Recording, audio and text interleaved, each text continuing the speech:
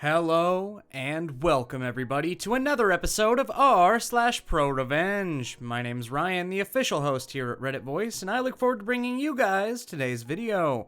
Before I do though, I'd just really appreciate it if you could hit that subscribe button and that notification bell to stay up to date on all the latest videos. My revenge on Looney Lucy, contender for world's worst roommate. Bring your popcorn because this is a long one. Looney Lucy is a slovenly food-stealing, clothing-destroying waste of carbon. I dealt with it by keeping my space clean and ignoring her areas, storing my food at work or my boyfriend's place, and installing a lock on my bedroom door so she couldn't borrow outfits that looked like she could fit into when she had 30 pounds on me. All that made Looney Lucy a bad roommate, but I had my workarounds and she had the one saving grace of being quiet at night, so I put up with it. That is, until she broke our cardinal roommate rule. No one gets a key to the apartment without both roommates agreeing. The rule was sacred. I couldn't even give a key to my boyfriend of more than a year. Unbeknownst to me, Looney Lucy had met a guy online who lived several hours away. Within 2 weeks of meeting him, she invites him to meet IRL and stay over for the weekend. Looney Lucy then mailed this strange man a key to our apartment because he was going to get into town before she got off work. You read that right. A man she talked to for only 2 weeks, had never actually met, and who I didn't know about, now had a key to our shared apartment. And she wasn't even going to be there to greet him. But I was. I'm starting laundry while wearing only my Victoria's Secret robe because I'll be hopping into the shower right after. I hear the lock snick, turn around, and see the doors swing open to reveal a thin, creepy-looking guy in a trench coat who just stands there silently while I freeze like an idiot rabbit. CLG suddenly steps forward into the apartment. I come out of my startle, scream bloody murder, and chuck the laundry detergent at his head before scrambling into my bedroom and locking the door. He's yelling that it's okay, he's Looney Lucy's boyfriend. I scream at him that I don't care who he is, get out or I'm calling the cops, and my 6'4" built like a tank boyfriend. CLG leaves, and to his credit, even locks the door behind him. Poor CLG. I call Looney Lucy and ask her if CLG is her boyfriend and if she gave him a key. She said he was, and she did. She gushes about how they met. I hang up on her mid-sentence and call my boyfriend, who, lucky me, actually is 6'4" and built like a tank. He comes over, we pack up the essentials, and I move in with him that day. We hadn't thought we were quite ready for that step. Turns out that in the face of Looney Lucy, we were. No apology or even excuses from Looney Lucy when boyfriend and I go back the next week to get the rest of my stuff. She yells at me that it's my fault and that I overreacted and that I'm lucky CLG didn't press charges for the mild concussion my laundry detergent gave him. Now I'm slow to true anger. I'll bitch and moan with the rest of them, but actual rage is not in my usual repertoire of emotion. But guess what? I'm there now. Looney Lucy needs to pay. Still have that popcorn? Good. Now the 2-year lease is in my name, only because Looney Lucy's credit is so shitty that nowhere in the good part of town would take her. She'd been living with her parents over an hour away from her job for months before we started rooming together. Hindsight tells me this is because no one else would room with her prior to me. Hindsight's a bitch. So there's nothing legally preventing me from subletting the apartment for the remaining 14 months on the lease. I could also evict her, but that wouldn't be nearly as fun as what I decided to do instead. I post a roommate ad on Craigslist and make it quite the deal. I'll keep my original deposit on file and pay the first 2 months' rent and sublet fee, on the condition that they know they're living with a food-thieving, clothing-destroying, bitchy slob. I may want my revenge, but I'm not willing to sucker some innocent person into it. Over the next couple weeks, I get a few nibbles, but no one has the flavor I'm looking for to match Looney Lucy. Then I get a message from Kevin. Kevin goes down my list of warnings. Kevin doesn't care about the food thieving. He orders takeout and hates leftovers. For obvious reasons, Kevin isn't worried about Looney Lucy borrowing his clothes, and Kevin admits that he's a huge slob and not having to pay attention to that is actually a plus. Kevin says the 2 months' rent seemed kind of excessive and that there must be more to the story if I'm willing to pay that on top of the deposit and the sublet fee. So I tell Kevin the rest of the story. Kevin tells me he'll take the deal, but I should know something about him. Kevin says he is very happily active in the singles scene. Not looking to settle down, but very much looking to continue bringing home a revolving door of F-buddies.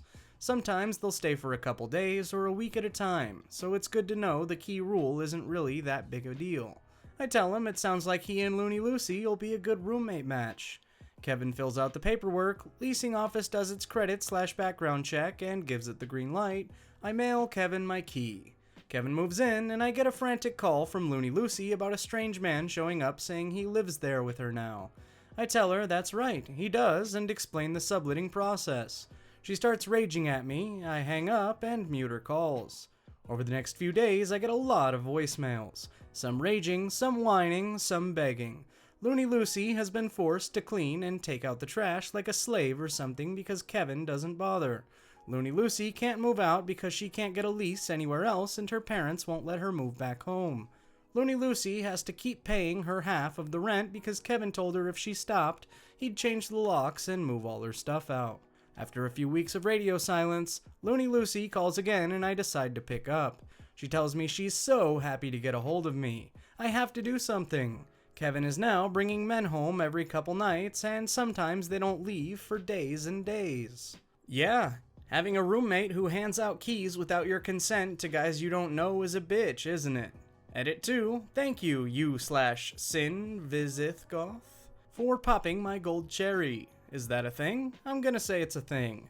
Edit 2, thank you anonymous redditor for doubling my gold. Is this what it feels like to be rich? Ex cheated on me and falsely accused me of rape, so I exposed her to everyone she knew. In late May 2016, I asked my crush, Kate, of 3 years out on a coffee date. 3 dates later, we made things official. For the next 7 months, our relationship felt too good to be true. We clicked on so many interests, so we hardly ever disagreed on anything. We were very open with each other, which led to an incredible sex life. We both had good jobs, so we had money to spoil one another, and our families were both enthusiastic about our relationship. In January 2017, I was accepted into my country's Armed Forces Reserve program as a combat engineer. I underwent basic training from February to late April and was up until then the hardest thing that I had ever done. There were several times I thought I wouldn't graduate, and the only thing that kept me going was Kate's words of encouragement over texts and calls. She was there when I received my BTC certificate and never let me forget how proud she was of me. As part of my job in the reserves, I would have to go away in the summer for advanced training between early June to late August. Kate fully supported me going 400 kilometers away to the training center and spending almost our entire summer break on work to further my military career. The summer was brutal on me. I was a social outcast from every clique that formed on our course, and was the butt of several jokes. My self-esteem plummeted through the floor, but Kate's belief in me was what made me prevail. I passed as the 5th best on the course, and I owed it all to her. The decline. Things between us started to sour after returning home. According to her, I wasn't as spontaneous and outgoing as before I went away. I was dismissive, took small jabs and jokes as personal insults, and would rather stay in, watch movies, and have sex instead of going out. Unbeknownst to both of us, I had developed some nasty social anxiety due to the events of the summer, and it started affecting our relationship. Nearly our 2-year anniversary in 2018, we got into a heated argument over a small misunderstanding, and subsequently broke up. I was incredibly distraught, before she texted me 3 days later and said she wanted to try and fix things. I didn't see her for 3 weeks, but we kept in touch every day, slowly mending things. When we were officially back together, nothing felt the same. Every time I talked with her, it was as if I was walking on eggshells. And it only worsened my anxiety, which in turn hurt our already damaged relationship. Then things finally came to a head at the end of July. The hurt. While in school, Kate had met a dude named John. She saw in John what she used to see in me, and they quickly became very close friends. He consoled her through our breakup and every little time I messed up afterwards. For the record, I knew of John but never thought Kate would ever do anything with him. One night after work, we had planned for me to stay the night at Kate's place. I arrived to see the two of them chilling on the living room couch. Kate said that John had dropped by for a spontaneous visit and that he was just leaving. After John left, she became cold and distant. I slowly accepted that our relationship was dead and asked her how things were between us. She echoed my thoughts and we agreed to break up the next day. She said I could stay the night one last time, seeing how it was late and she was still worryful of me.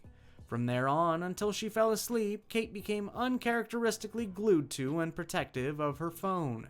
In the past, she wouldn't care if I had glanced over to catch her and her friends texting about whatever, but now she did her best to hide the screen from me. I asked her about it and she said it was private stuff, which only raised more questions.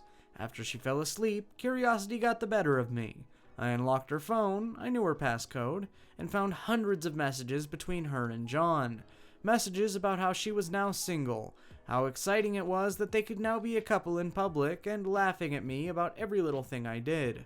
I quietly sobbed as I read through each hurtful text. My crying wasn't as quiet as I thought. Kate stirred, and once she realized what I was doing, she threw a fit. I couldn't find the anger or words to combat her, so I just grabbed my stuff and left, with Kate shouting and yelling at me the whole time. It was late in the morning when I got home. I just broke down and ugly cried all night. I called in sick from work the next day and spent it sulking in my bed. The day after, I got several angry texts from Kate's friends and family. In a bid to save her image and denounce anything I might say about her, she told anyone she knew that I had forced myself upon her that night in one last attempt to get some before we broke up, and left after the deed was done. Though what I had done was scarring, she refused to press charges because she didn't want to make a circus of her life in court, and was the bigger person by doing so. I spent the next few months in fear that her allegation would have me discharged from the army and my image forever tarnished, but nothing ever happened. The revenge. 5 months afterwards, Kate DM'd me. After pleasantries, she basically apologized for the whole thing, and actually admitted to faking it, though she would never publicly admit it to save her own reputation. My image be damned. This angered me, but I kept cool. I screenshotted the texts and continued talking with her. Over the next 3 months, she entered into a cycle of events as follows. Complain about a current life situation, usually about John screwing up in the relationship in one way or another, asking for advice. Lamenting our relationship, how I never screwed up like John did, and how she wished we could go back to the way things were. Blah, blah, blah. Ignoring me because John finally pulled his head out of his ass, did some huge romantic gesture, and saved their relationship. Going on a smear campaign on social media about our relationship, employing her friends for help, knowing in full that I would see it all and trying to bait me into an argument. It would work. She would try to turn the argument around and paint me as the bad guy, and then block me for about a month before repeating the cycle. So this happened 3 times, like clockwork, and always left me burnt out and broken.